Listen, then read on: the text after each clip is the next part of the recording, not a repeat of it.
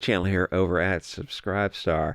Apple TV, I thought this was Netflix at first because it was like they're racing each other to see who can make cringier films.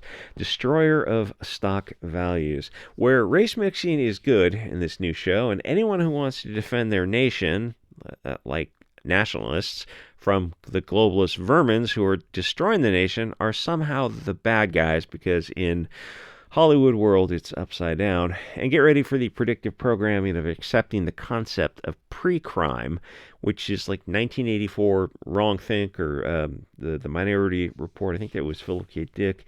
Because after all, giving up liberty to secure safety is totally cool and won't have any like consequences. I think somebody famous said something about that.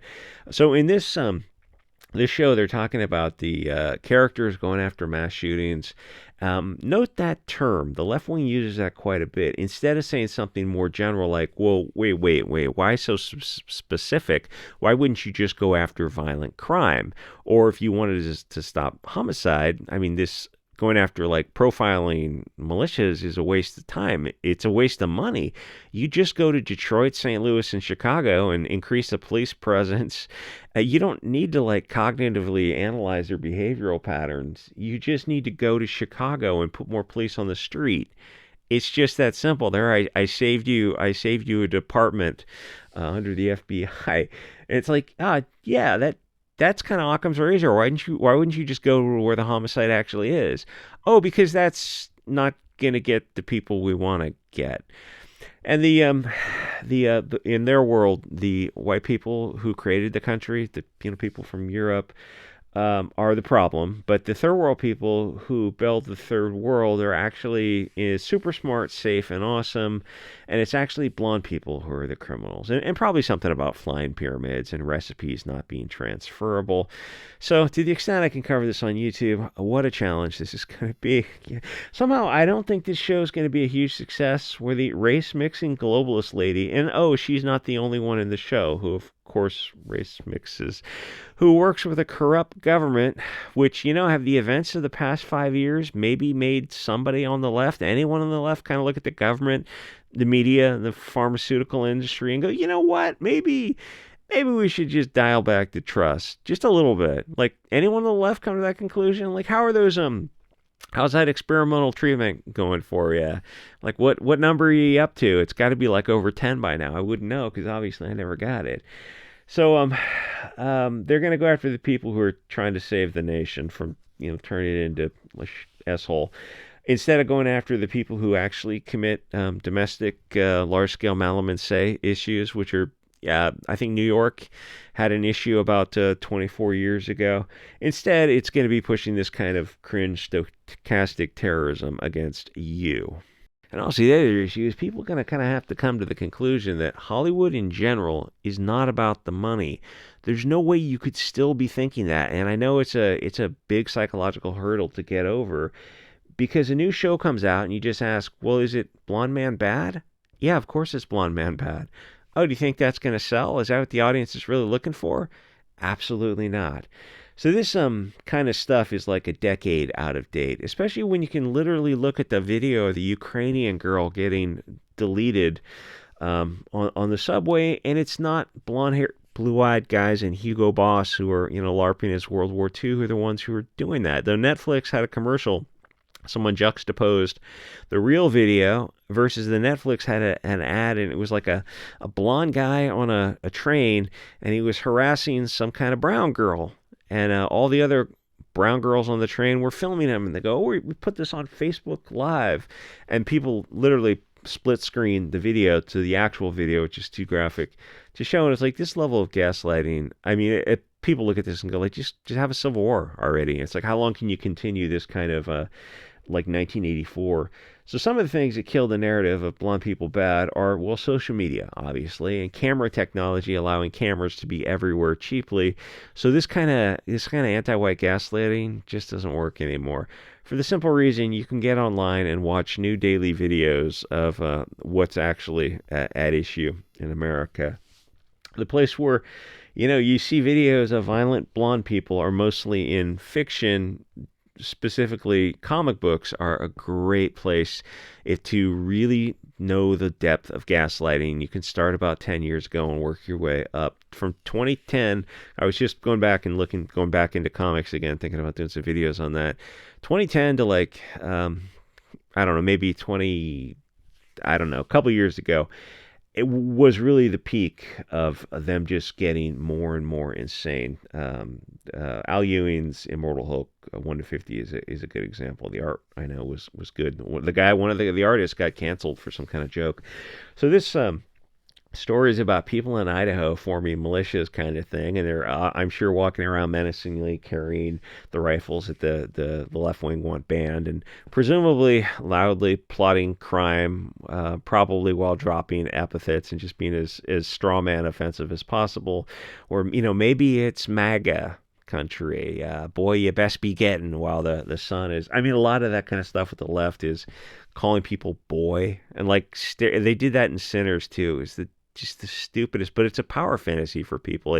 It's an echo chamber fantasy for people where it's like Jussie Smollett and like, this is MAGA country, boy. And you think about that and you break it down and you go, like, people are actually going to say that? It's like 30 degrees, and you're in your mind, you kind of envision two white guys, obviously not two black bodybuilders, in like flannel shirts and something. You go, so Chicago hasn't been like rural since the cow tipped over Mary's cow tipped over the lantern and Chicago burned down. The problem is that we see like trans people literally deleting kids. I think that happened like 2 weeks ago. Or Antifa BLM types committing violence literally every day. So this kind of anti-white propaganda might have flown under the radar a decade ago when they were busily coming out with Ghostbusters and the first Disney Star Wars, because nobody thinks blonde people in Idaho are the problem. You'd be out of your effing mind. Yeah, it's like Red Ice up there, and Rebecca and the Backlash and Vincent James and whatnot. Sounds like a great place. It is beautiful. I've been to Idaho before. It's gorgeous. It kind of reminds me of the Ta-Nehisi Coates Captain America comic, where it was he had a comic where it was blonde militia types who were the real problem in Idaho. The problem is, in that one, in real life, nobody's scared of blonde militias for the simple reason that they're not the ones who are statistically committing crime. Like, it's not even close. All they do is get together and have peaceful assemblies like the founding fathers intended, and they go, oh, they're wearing masks, the Patriot Front type of groups. And you go, yeah, so the founding fathers also stayed anonymous. They wrote anonymous letters, like a concerned citizen type of letters to newspapers, and when they had to maintain their anonymity, they did, because they're up against a very powerful, corrupt government, and it's a rebellion for liberty. It's like, surely take a look at some of the history of what led up to 1776. And the other thing is, and when I hear people on the right go, the right wing or patriots don't cover their faces, and they just repeat this stuff, and you realize like they're basing that on absolutely nothing. People repeating things will make you insane. So the other thing is the optics of the subconscious message of the woman who is showing her kids her outgroup preference, showing the world by having kids with a group that's biologically as far away from hers as possible. And this kind of hits you subconsciously. People are not fans of mixing tribes. There's kind of an aversion to something and to someone who would choose the outgroup. People don't understand it because historically it goes so deeply against history, where you didn't go too far into an outgroup. I mean, you didn't go too close into your own tribe. You didn't inbreed or outbreed. You wanted a healthy mix, but you still wanted your people. So it sends a message that she's rejecting her people, her ancestors, her family, the gods that became ancestors, the people who actually built the nation here, and all their history. She rejects it and throws it away. Everyone who got her to this point, when I say she's English, it's like, well, the English people that for generations have made this English woman, and she chooses to go to an outgroup. It's really weird, and subconsciously it feels like betrayal, or that she's a traitor. And it destroys the story because it's almost an admission of propaganda. And it's a bizarre dynamic to add to the story, because how would it change the story if her family was, say she's English, or if her family was English as well? And you ask, like, why didn't they make that? Like, presumably the dynamic would be the same, right? In their world, they're going after the bad guys. And just kind of pause and think about that for a second. So nobody trusts the person who favors the outgroup, especially when they're in the right and she is actively girl boss betraying them, which describes the left-wing white liberal in general. They have been massively brainwashed to have outgroup preference, and that's actually been studied. It's the eternal concept of globalist outgroup versus nationalist in-group, and the subconscious message is that she is bad. She's the bad one for being the betrayer or the traitor, and the groups that she's going after are probably the good guys. If they're nationalists, would definitely be true because it's nationalists like Washington and his group that formed the nation. Ethno-nationalism is a good and positive thing. The Statue of Liberty little poem was put on by a communist after it was built. It's the nation melting pot phrase was also contributed by a communist. All that is horse garbage, but you have to read a little bit of history, and like I don't think kids in school are getting history. So you can also look at globalist mixed nations, and they're dying. Not to be offensive, you see new examples daily of how the West is falling apart faster and faster, and it's endless conflict because diversity has always been weakness. It's been known for forever, really. I mean, for as long as you want to call a human, millions of years. So the media has pushed open borders and integrated this Pollyanna globalism for like 70 years post-World War II. And the brainwashing worked pretty well as long as people didn't have proximity to it. Unfortunately, the reality is where this suspension of disbelief fails to keep up. Then you combine that with the ability to record and disseminate the information using cell phones and social media. And once people see the death of the West, all that propaganda just gets washed away. It's kind of the Starship Trooper debate, where it's afraid, and apparently we don't have media literacy. And Rand Paul is talking about like due process for the Venezuelan Go Fast boat, which I don't know if you saw that, but it's a not a cigarette boat, but it's an open platform boat full of narcotics, and it also has 4 or 5 engines, which is not what a fisherman has, where the engines cost $10,000, $20,000 each, and burn fuel at an insane rate, so it can get up to 50 miles an hour while carrying drugs, and that's what the drone took out. And some people on Twitter are trying to say it's like it's just an innocent fishing book, and you point to the engines at the back and like this costs as much as a car, so no. And somebody's asking, like, well, the Starship Troopers, it's like the left wing versus right wing interpretation of who you're rooting for, the bugs or the humans, and it's also them trying to make fascism bad. Which every time the left does that, it's like it just never works. They did in that Star Wars movie, Andor, I think. So the outgroup preference bugmen in the audience who are fans of media literacy, which means that you accept the intent of the soy boy who made the story or the media instead of just interpreting it yourself any way you want to and having a lot of fun with it, which somehow drives the left wing, these soy boy pussies, just up the wall. They try to make nationalism or fascism look bad, however they want to define it in the movie, but it looks awesome, especially compared to the chaos around us now. It's weird.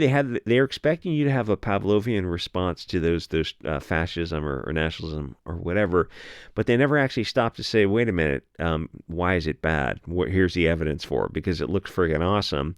And it seems like that was the default position of nations when they were nations of the Natal. They were like unfortunately it does mean bundle of sticks, which is not the best, but but it meant tightly bound together. You see it I think it's on the back of the dime, and it's on government buildings as well. It's like people are kind of fun. And the funny thing is, as being a bundle of sticks, is that the left wing can't make fun of the right wing fascists by referring to it in that other euphemism for bundles of sticks, which is kind of an interesting play. So people have kind of been in this matrix the whole life. Nobody thinks that white people are domestic terrorists because that event happened about 24 years ago in New York. Yeah, it wasn't blonde-haired, blue-eyed people, and I swear to God, so many years ago I read a comic when I was doing more comics, and there was an episode in some comic, it was like Ms. Marvel or something, where there were people who were hijacking a plane, and they're wearing ski masks, but you could see the blonde hair peeking out the bottom of the ski mask. Gaslighting at that level is just, I keep saying it's insane. I don't know how else to describe it. You look at them and you're like, what planet are you on? It's like, well, they don't care that this is unbelievable. They want to brainwash kids. They want to spread this kind of propaganda because the people who control the narrative control the message. They control the world. And that's how powerful brainwashing is. And like they're hoping younger and younger people see these kind of stuff. That's why they're willing to make these movies and shows at a loss. So last weekend in Chicago, I think 25 people were enriched with high velocity lead poisoning, and they were not done by blonde people. I know it sounds crazy. It was not people who look like me. And I think 7 died. And Trump pointed that out to the mayor of Chicago, who says, no, we don't need the National Guard. We're doing just fine. And he's like, you're looking at these numbers. You go, this is crazy. Surely some people in Chicago would start to awaken and going, yeah, we gotta dial this down a little bit. Because the average rate of homicide is like 2 a day in Chicago. And during the whole Wu Flu BLM years, I think it was actually like up to 3 a day or something. So the thing is with those criminals, they're not going to get the death penalty. They're not even going to get life in prison. They might get sentenced to like 20, 40 years, but they're not going to actually serve that much time. It's like, well, that's how you have an ever-continuing Mobius strip of crime. You just catch and release people, which is the purpose of the thing, is what it does. And doesn't it seem odd that that kind of violence never gets addressed? Instead, they've been reducing the penalties and have a revolving door judicial system where people get locked up for repeated stays a short time, so they end up committing 10 times the crime, and then there's the expense associated with that. But more importantly, there's the victims, the absolute brutality. And it's like you saw that video of the train.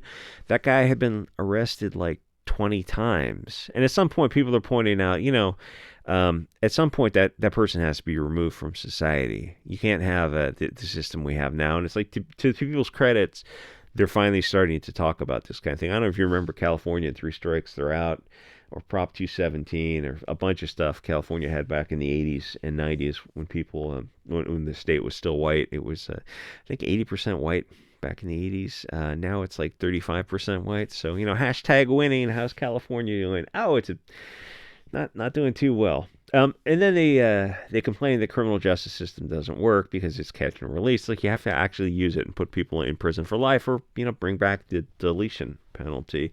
And so they go, well, maybe we need like federal databases like Palantir, or a federal police system, or move them into the few remaining white and Asian suburbs, and like all this predictive programming. It's like, well, thank God Palantir is on its way. Was that with Zuckerberg or something, and his $15 billion Meta project that was just $15 billion wasted? Like, yeah, I'd love to get to the bottom of that. Where'd that money go? It's like some kind of DARPA project, I'm sure.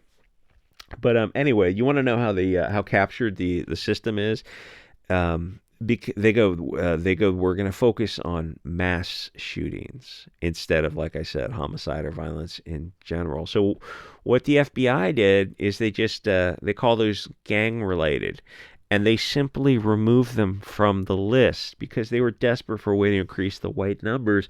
Sorry, guys, you're just not committing enough crime, which also leads you to the obvious conclusion that even though I guess European Americans are about 55% of the population, they just don't form violent gangs. So this also kind of includes, they try to fudge the numbers by including self-harm, because whites, Asians, and Latins do that. So they use those to get the numbers up to try to take your Second Amendment away. And there's so much more. I mean, you can include the lies about school shootings, the Epstein-Weinstein behavior. But the point is, the media has lied to people for so long. And finally, the government jumped on board and started calling non-white criminals white, so they could try to change the numbers. I mean, you got people. I posted the meme on. I'll put it on the community post tomorrow. All the people they classify as white, who are like really not white. It's not even like a edgy case. It's someone who is very obviously something else. So there's this national false perception where you've got this phenomenon of everybody knows that one phrase. When you hear people say, well, everyone knows that whites, blacks, Latins, everyone has these associated stereotypical associations. The problem is those are usually fiction, because they're coming from people everybody knows, and they point to where I learned this from Hollywood. not from actual events, because people don't read as much as they used to. And then you refer people to the FBI table and it's like, oh, this doesn't agree with Hollywood, so Hollywood must be right. I mean, that's the level of gaslighting. It kind of makes me feel that there's just not going to be an easy way to fix this. Things are way too far gone. And I wouldn't have known this if I wasn't making videos to see how bad things are, and like what it takes to fix things is it's well, it's like any type of when you want to change a system, like I mentioned, that 1776 book with Washington. So here's a perception shift for you. Across America, Christians and churches are attacked, and actually also in Europe and Canada, the churches are burned down. So what does the federal government do? Or with the trans shooter like 2 weeks ago, was the federal government gives a majority of money to synagogues and Jewish and Muslim schools, and not to churches and Christian schools, who are the ones who are under attack. It sounds absolutely insane, and it is, but the information is out there, but you're not going to find it on your own because the media just won't cover it. Because, well, there's a handful of very powerful people involved. And you point out what is happening, and people have been programmed to have a Pavlovian response to cry and shout, racist, as if it's a real thing that's probative and relevant. It's a combination of brainwashing and a really dumb population that's deliberately been dumbed down over the years and reliant on Hollywood in all its forms for its education on the narrative. And unfortunately, Hollywood is fiction, like brutal fiction. Obviously, things are changing a little bit now because, well, awesome people like me, who, if you'd like to learn more, join the SubScribe Star. Anyway, like, comment, subscribe. I'll see you guys all next episode.